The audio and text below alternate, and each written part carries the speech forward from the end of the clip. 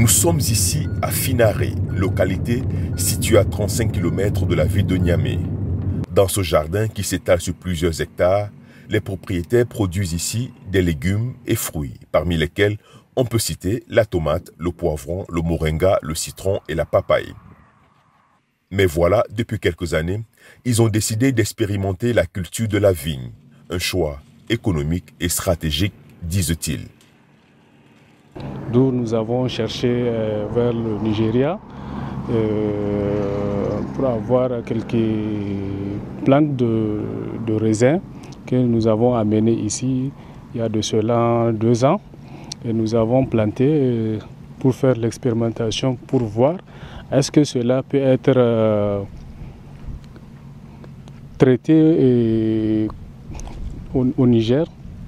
Et Dieu merci, il y a de cela 2 mois, vers le mois de juillet 2021, nous avons commencé à faire une première récolte, même si c'est insuffisant. Nous avons eu 10 kilos de raisins, donc nous sommes là-dessus. 10 kilos de raisins pour une centaine de vignes, ça paraît peu. Mais derrière ces résultats timides se cache une volonté de plus en plus grande. Le raisin vendu et consommé sur le marché local est importé soit du Maroc ou d'Afrique du Sud. Le kilo est vendu à 4 000 francs CFA, soit près de 6 $ américains. Les propriétaires du jardin, ambitieux, s'inscrivent déjà dans une dynamique d'augmentation de la production. Nous-mêmes, on avait hésité à un moment donné, est-ce que cela va se faire? Bon, on a dit qu'on va essayer. Et on a essayé, et vraiment, Dieu merci, vous avez vu le terrain. C'est en train de donner et nous sommes en train de faire d'autres pépinières pour que dans 3 ou 4 mois encore, nous allons replanter d'autres raisins pour grandir le champ. Au lieu de vendre le kilo de raisin à 4 000 francs sur le marché, pourquoi, si c'est disponible au niveau local, pourquoi ne pas amener le kilo à moins de 4 000?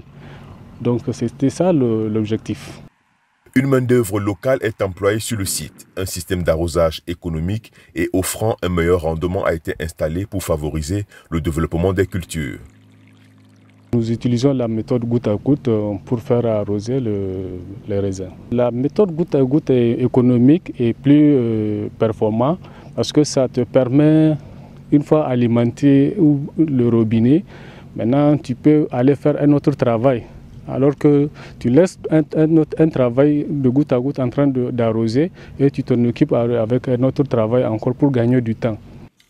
Derrière ces initiatives salutaires se cachent le plus souvent des particuliers désireux de contribuer sur le long terme à la résolution de la problématique de l'insécurité alimentaire dont le pays fait souvent face.